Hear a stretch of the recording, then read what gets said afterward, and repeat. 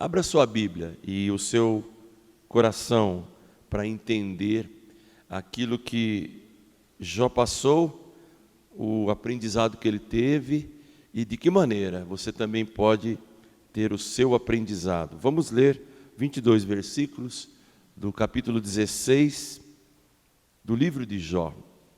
O título, que não é inspirado, mas é uma tentativa de sintetizar a ideia, fala de Jó se queixando do trato de Deus. Então, respondeu Jó: tenho ouvido muitas coisas como estas. Todos vós sois consoladores molestos. Porventura não terão fim essas palavras de vento? Ou que é que te instiga para responderes assim? Eu também poderia falar como vós falais. Se a vossa alma estivesse em lugar da minha, eu poderia dirigir-vos um montão de palavras e menear contra vós outros a minha cabeça. Poderia fortalecer-vos com as minhas palavras, e a compaixão dos meus lábios abrandaria a vossa dor. Se eu falar, a minha dor não cessa. Se me calar, qual é o meu alívio? Na verdade, as minhas forças estão exaustas. Tu, ó Deus, destruíste a minha família toda. Testemunha disto é que já me tornaste encarquilhado, a minha magreza já se levanta contra mim e me acusa cara a cara. Na sua ira me despedaçou e tem animosidade contra mim.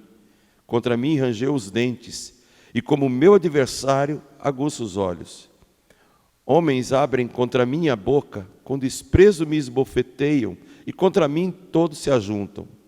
Deus me entrega ao ímpio e nas mãos dos perversos me faz cair. Em paz eu vivia, porém ele me quebrantou. Pegou-me pelo pescoço e me despedaçou, pôs-me por seu alvo. Cercam-me as suas flechas, atravessa-me os rins e não me poupa, e o meu fel derrama na terra. Fere-me com ferimento sobre ferimento, arremete contra mim como um guerreiro. Cozi sobre a minha pele o cilício e revolvi o meu orgulho no pó. O meu rosto está todo afogueado de chorar, e sobre as minhas pálpebras está a sombra da morte. Embora não haja violência nas minhas mãos e seja pura a minha oração. Ó terra, não cubras o meu sangue, e não haja lugar em que se oculte o meu clamor. Já agora sabei que a minha testemunha está no céu, e nas alturas quem advoga a minha causa.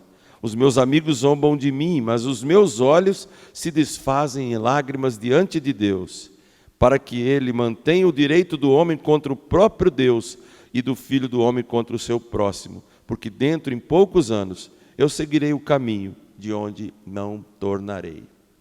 Senhor, obrigado pela dura experiência de Jó, muito além da nossa capacidade de entender, suportar, que isso sirva de consolo e lição para que quando enfrentarmos nossas próprias turbulências, possamos confiar naquele que é dono do vento, do mar, da terra, do céu, de todas as circunstâncias e da história também.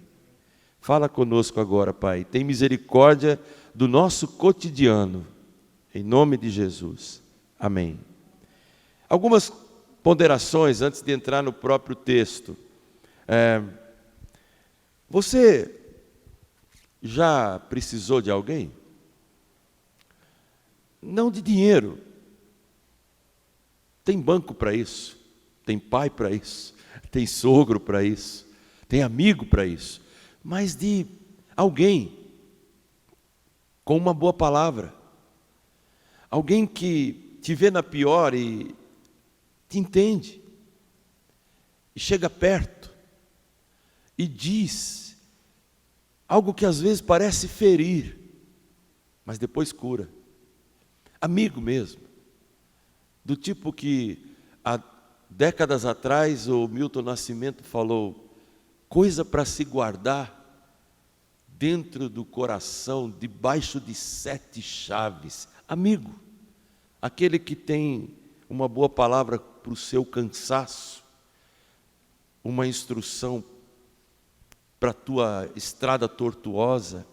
Jó, irmãos, só para recapitular, ele, historicamente, por uma ação de Deus, sofreu sem entender. E o baque não foi ameno. Na história de Jó, tradicionalmente, homem íntegro, reto, fiel, respeitado, temente, o baque foi perder numa pancada só propriedades queimadas a fogo pelos invasores e bárbaros, 10 filhos mortos, uma espécie de lepra purulenta que ocupou o seu corpo inteiro, a ponto dele ter que se afastar da cidade pelo mau cheiro, pela contaminação, e ficar se raspando no lixão da cidade com cacos de telha. Depois a mulher ainda aparece com toda a dor dela, mas sem entender a dor dele, e ela lança sobre ele uma palavra que o empurra mais para baixo ainda: amaldiçoa o teu Deus e morre, acaba com a tua vida de uma vez. E ele reage com a mulher e com os amigos, que no início sentaram do lado dele e choraram. Isso já foi bom, não falaram nada. E tem hora que amigo é assim. O bom amigo é aquele que às vezes ele não tem o que dizer, não dá para explicar. Ele fica do lado, chora junto. Tem hora que amigo fala, se é amigo saberá o que dizer. Mas aqueles amigos de Jó nada sabiam dessas coisas. E mesmo assim, abriram a boca. E cada palavra deles era como um chicote, no lombo e na alma de Jó. Eu destaco algumas coisas antes do texto. Jó não era culpado de falta grave. Ele não tinha falta grave. Jó se apegava ao fato de ter uma consciência limpa. Isso é fantástico, isso é bom para qualquer pessoa. Ajuda a enfrentar as durezas da vida. Quando há uma consciência limpa, mesmo em dor, em tempestade, você segue em frente. Jó reconhece o direito de Deus fazer o que quiser. Ele reconhece isso. Ele não questiona o direito de Deus fazer o que quiser, mesmo que não explique o que faz. Outra coisa, Jó se ressente em alguns momentos por Deus agir como se fosse seu inimigo. Aquela coisa que leva a gente de vez em quando a pensar: por que Deus? Deus se esqueceu de mim? Parece que Deus é inimigo às vezes. Eu não entendo ele agir. Jó também não. Jó ignora os motivos de Deus. Muitas vezes você também. Não vem com essa de querer dizer que você sabe tudo, entende tudo e aceita tudo. Isso aí é frieza. Só um freezer. E você não é um freezer. Você é um ser humano afetado pela vida, pelo sol, pela chuva, pelas intempéries, pelas ondulações. Você é afetado. E Jó foi. Outra coisa, Jó sente a força da devastação em sua vida. Ele não finge que nada acontece. Ele diz: está doendo, está difícil. Outra coisa interessante, Jó perdeu, e isso eu achei legal num comentarista que eu li, Jó perdeu todas as balizas, todas as referências. Era como se ele estivesse no alto mar nadando sem saber onde é que é o farol, onde é que é a praia. Ele estava lá girando, nadando e não encontrando terra firme para pisar e se apegar. E de repente aparecem os amigos. E eu fiz uma listinha aqui de 5 coisas que saíram da boca deles. Primeiro, ladainha. Toda vez que eles chegavam para Jó, era uma cantilena só. Eles falavam sempre a mesma coisa: você tem pecado oculto na tua vida, você tem algum pecado, você está em dívida, por isso que está pagando esse preço. Era a única coisa que eles falavam. Outra coisa, sarcasmo. Cada vez que eles se aproximavam de Jó, era com uma espécie de ironia, de zombaria, típica daqueles insensíveis que na hora da dor do outro chegam perto e dizem: cadê teu Deus? Teu Deus está aonde? Outra coisa que saía da boca dos amigos era a acusação. Eles acusavam Jó de tudo quanto é coisa. E quem abre o livro e começa a ler, reconhece, ele era um homem fiel em tudo. Não havia do que ele se queixar e do que queixarem dele. Condenação e chicote. Como encarar uma coisa dessa? O capítulo 16 é como se Jó respondesse a esses homens. E eu quero dar o seguinte título para a nossa breve meditação sobre esse capítulo: Respostas admiráveis e realistas. É isso que a gente tem que ter na boca. A palavra em 1 Pedro fala que um verdadeiro cristão, ele tem que estar pronto, preparado para responder a qualquer pessoa sobre as razões de sua esperança. E Jó, quando ouve Elifaz, Bildade e Zofar falarem, principalmente o capítulo 15, que foi uma espécie de chibatada em cima da outra, Jó responde de maneira admirável e realista. Ele dá algumas respostas aos seus amigos, a si mesmo, e nos ajuda a termos uma fé tão embasada na Bíblia que saberemos também responder a qualquer um que zombe de nossa fé, que zombe de nossa situação e que despreze o nosso apego a Deus, a nossa confiança na Bíblia e a nossa tola devoção a uma igreja, a uma causa, quando tantos por muito menos viram as costas e desaparecem. Então, pensemos nesse texto com essa meditação, com essa frase na cabeça: respostas admiráveis e realistas. A primeira resposta: vocês são consoladores molestos. Olha do verso 1 ao 5. Mas eu vou ler o 1 primeiramente. Tenho ouvido muitas coisas como estas. Você tem que ler os 15 primeiros capítulos para entender o que ele está dizendo. Mas olha o que ele fala: vocês são consoladores molestos. Sabe o que é um consolador molesto? Alguém tem ideia do que é isso? Um consolador molesto. É fácil, é alguém que fala, e quanto mais fala, mais dor inflige, mais dor impõe, mais dor causa. Então é aquele tipo de pessoa que quando você está na pior, é melhor você fugir dela. É melhor você sair fora, é melhor você enfiar a cabeça num buraco, é melhor você se trancar no banheiro do que ouvir e encarar aquela pessoa que já vem com aquela... Você tem alguma sujeira na tua vida. Vai orar para Deus. Vai pedir perdão para a tua bisavó que já está morta, enterrada lá. Vai buscar e fuçar a maldição hereditária na tua droga de vida. Consolador molesto, é o que Jó fala. Ele responde para aqueles amigos e diz: vocês não me ajudam em nada. Tem gente que tem o talento de pegar um camarada entusiasmado e chegar e falar: para que tudo isso? E tem gente que tem o dom de pegar alguém à beira do abismo e fazer tchum, cai desgraçado, morre infeliz. É um consolador molesto. E olha o que ele continua dizendo: vocês só têm palavras de vento, verso 2. O que é que instiga vocês para falarem desse jeito? E olha o que ele fala: eu poderia falar assim também como vocês, se a vossa alma estivesse no lugar da minha.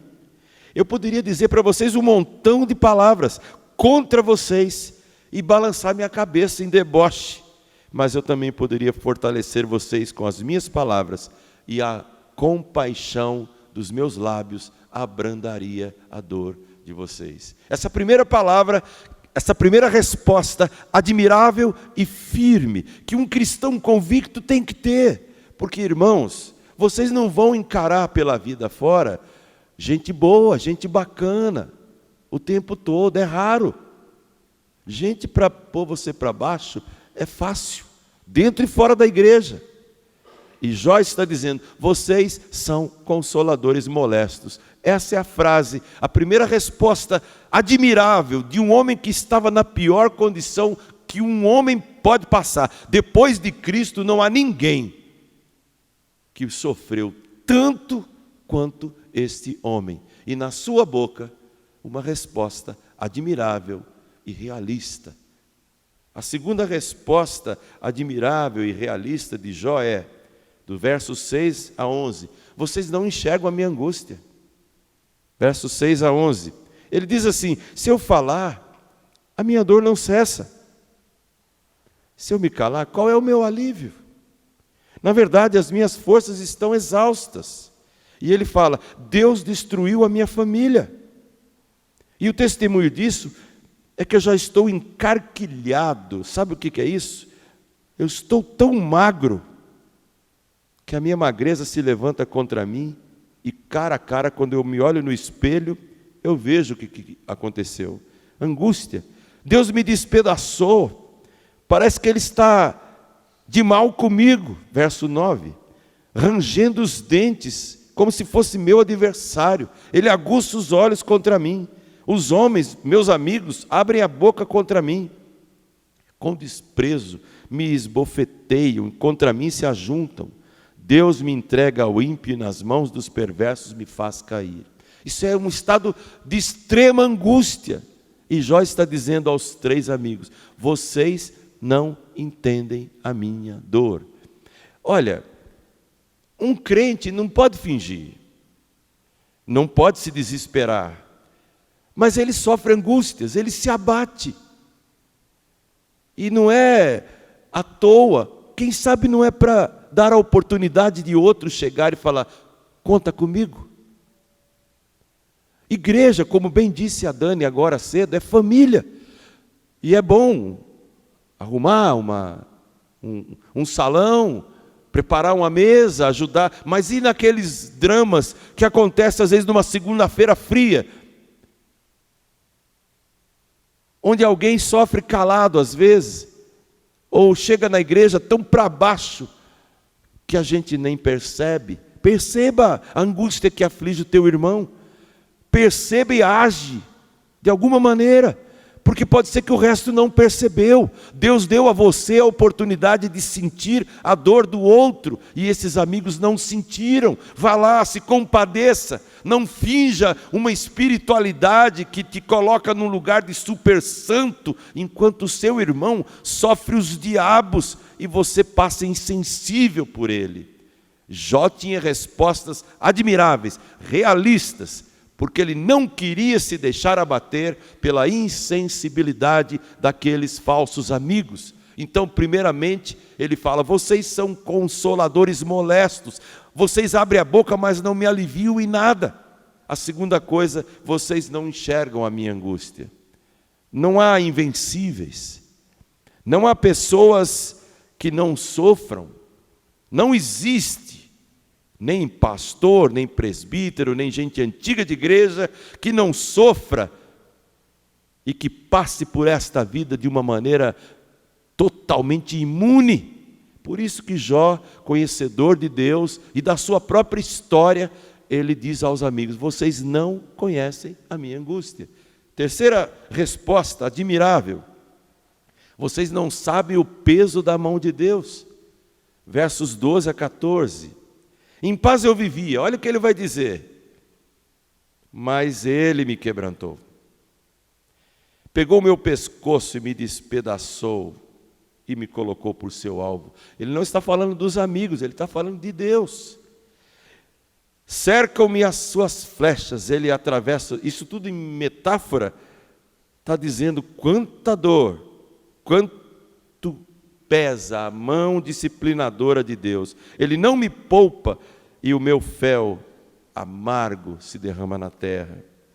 E olha o que ele vai dizer no verso 14. Deus me fere com ferimento sobre ferimento e contra mim ele vem como um guerreiro forte.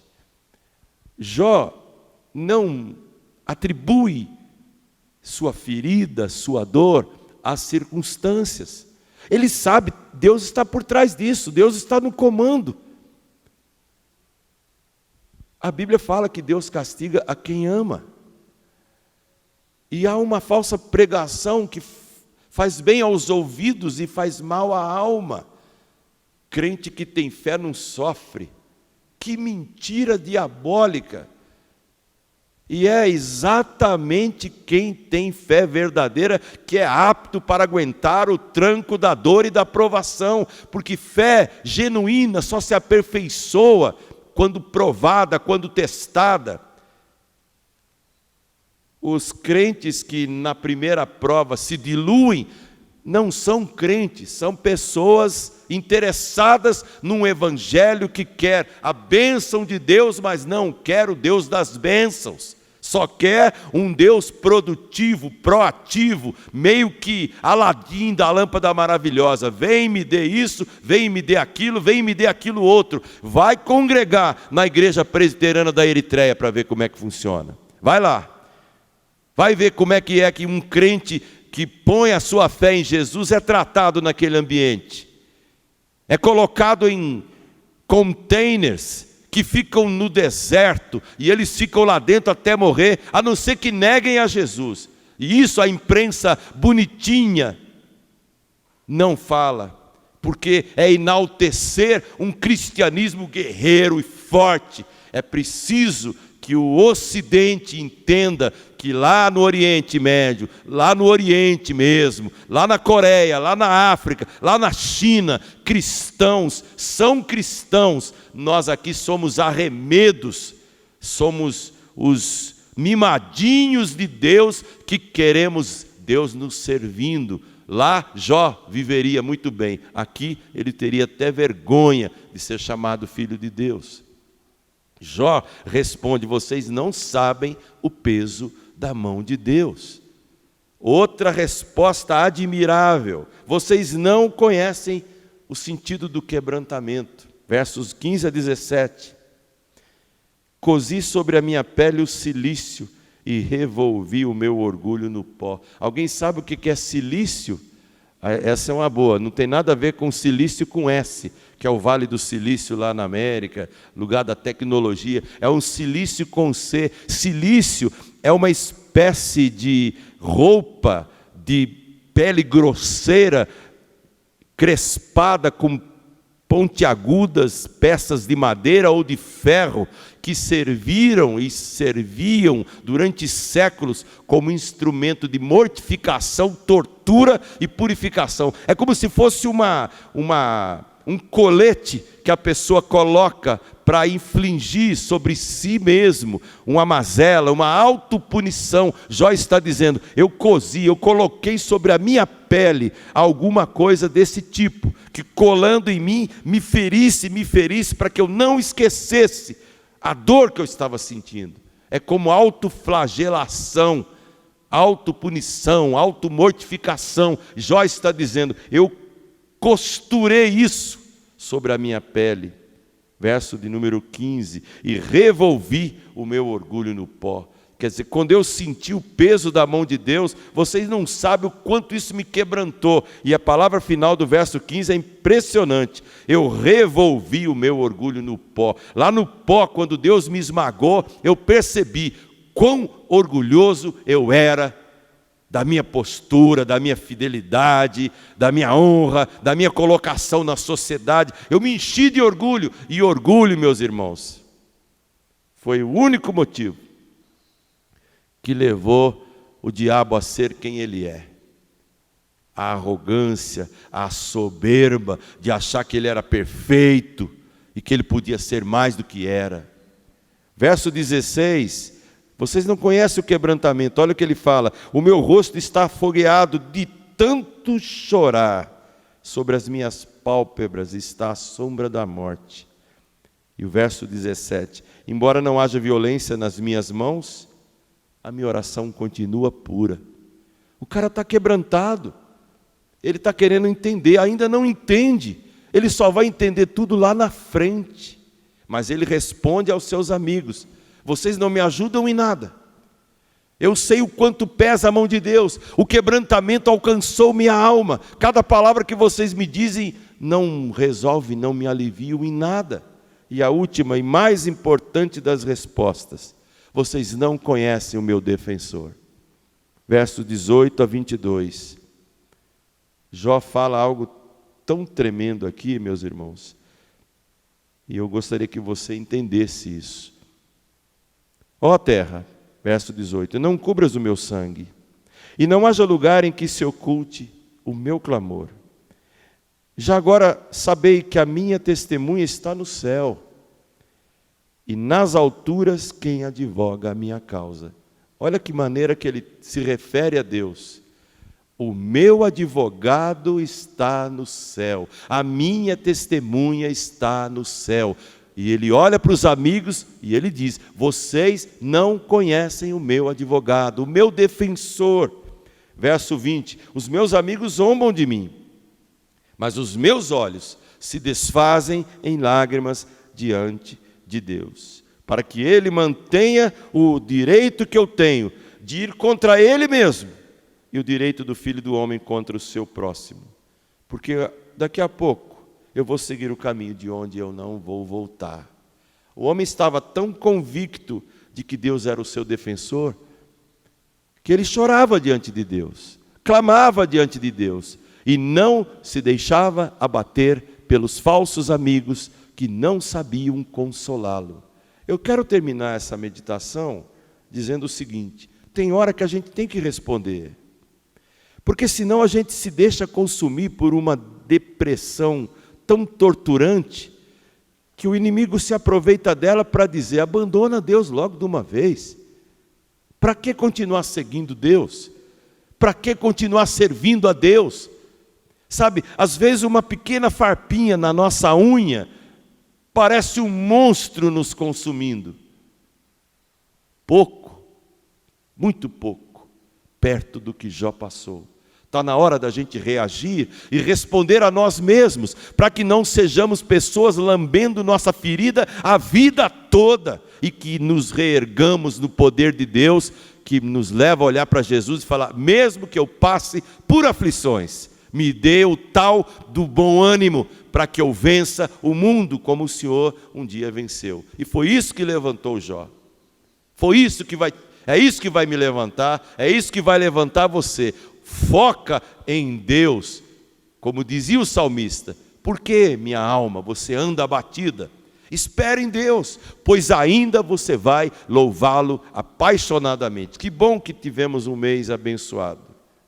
Que bom que Deus nos abençoou com corais diferentes, músicas diferentes, pregadores diferentes. Isso é festa, é um sonho. Mas a nossa realidade é essa aqui.